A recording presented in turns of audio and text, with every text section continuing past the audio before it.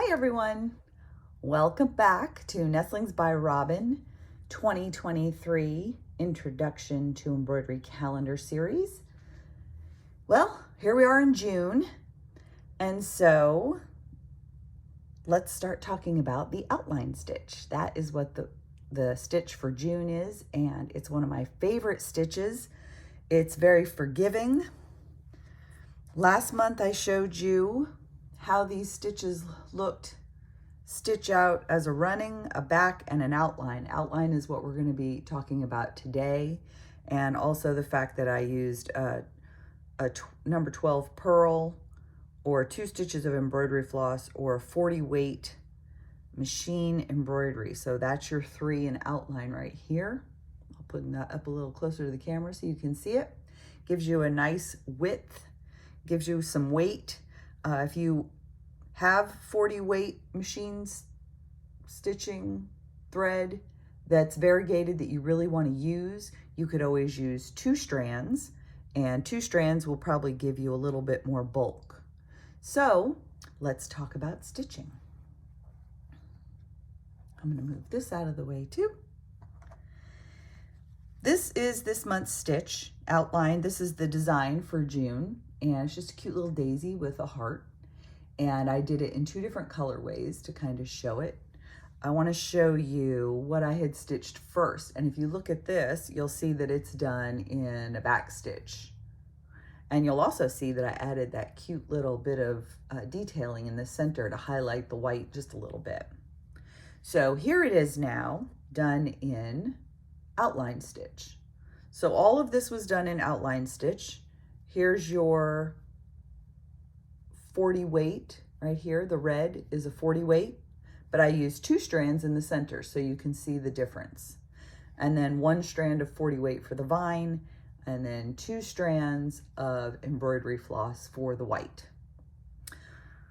This is so cute, isn't it? This is an idea that's not in the calendar. This is just a cute little way to make a nice little gift certificate holder. And you add a couple of little strands of ribbon to the top, just knot them and pull them through once you whip stitch the 2 sides together. Great little gift for someone. And then afterward, they have the pouch. After they use the gift card, they can use the pouch for something else.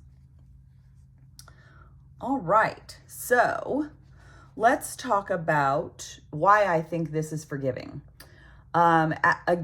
Different from the back stitch. The back stitch, you have to be very precise in your stitch length, or it's really going to be obvious. Same with running stitch. I find with the outline stitch, if I get 1 stitch a little longer or shorter than the previous stitch, it's not a big deal. It's super forgiving, and that's really what I love about it. When you're looking to see if you're getting them right, let's see here. Let's see if I have one where I can show you where maybe I didn't. No, I'm usually pretty careful so that I get them right. Here's a good one from one of the other months right here to show what I'm talking about as far as getting that nice even stitch length. But if you're doing this and you find that you're not getting it right, a really easy way to tell is to kind of turn it on its side, and you're not gonna be able to see here because I did it right. But if you didn't do it right, you'd be able to see gaps through the stitches when you looked at it from the side. And so when you get that gap in the stitch, you don't really want those gaps. You don't want to be able to see light through them. You want them to nest right up against each other and be continuous that way. Okay, let's see here. So the other thing I want to talk about is stabilizing.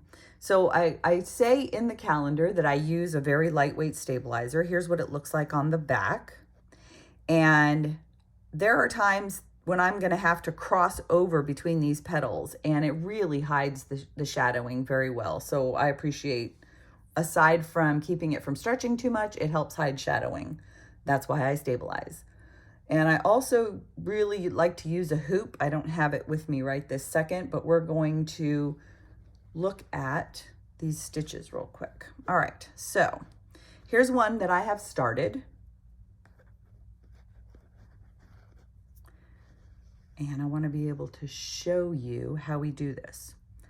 So in the instructions, here's my stitch, and I always say to go in I kind of want to go, let's see here, can you see that? I'm going to pull this stitch back so you can see. When I pull that stitch back, you want the needle to come back as far as the other stitch as possible. You really want to be able to cover all those gaps. So I'm going to put that needle in there.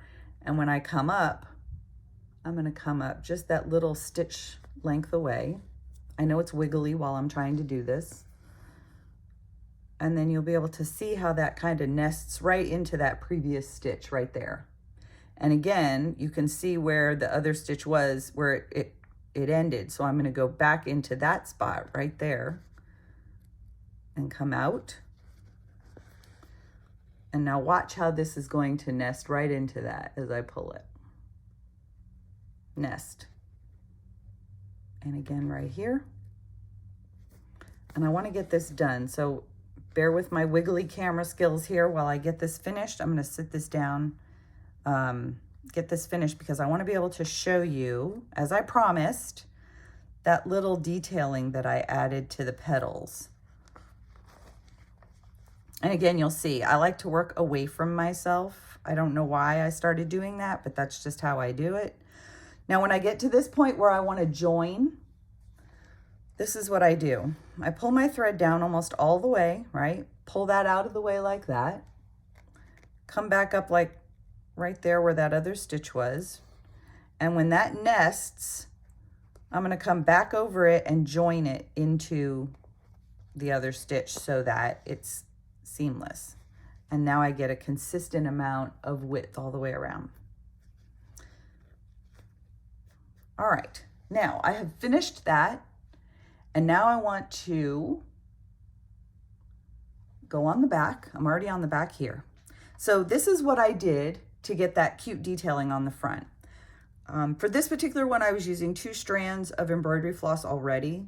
So it's kind of nice to be able to just separate them out because I only want 1 strand for this next step.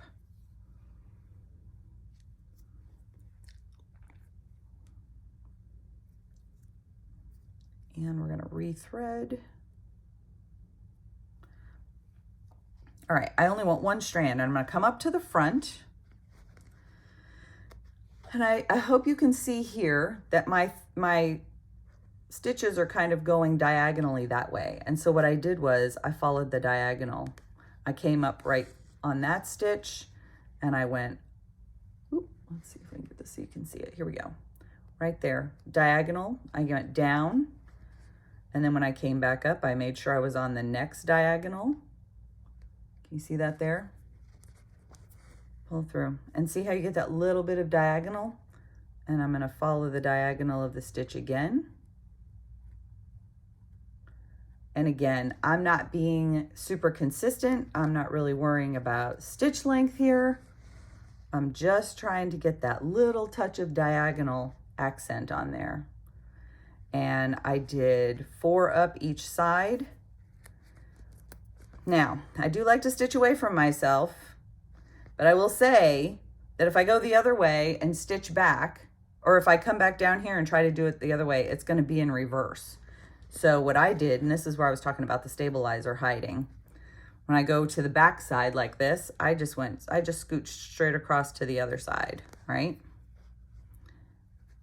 You can pin that other thread out of the way if it starts to get on your nerves.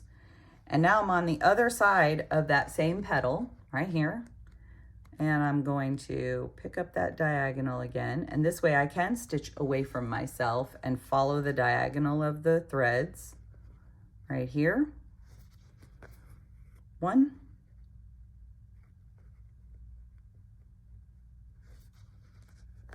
And 2. 3. And 4, right there. And look at that, just that little bit adds so much, just a little bit, as you can see over here. It just adds that little bit of detail, just like we did on this one. And that is all I have for this month. Sorry we ran a little longer than usual. I hope you enjoyed it. I can't wait to see the lovely gift card holders that you make. It's only June, so you can get busy now and have a whole bunch made to hang on the Christmas tree. Until next month, keep stitching.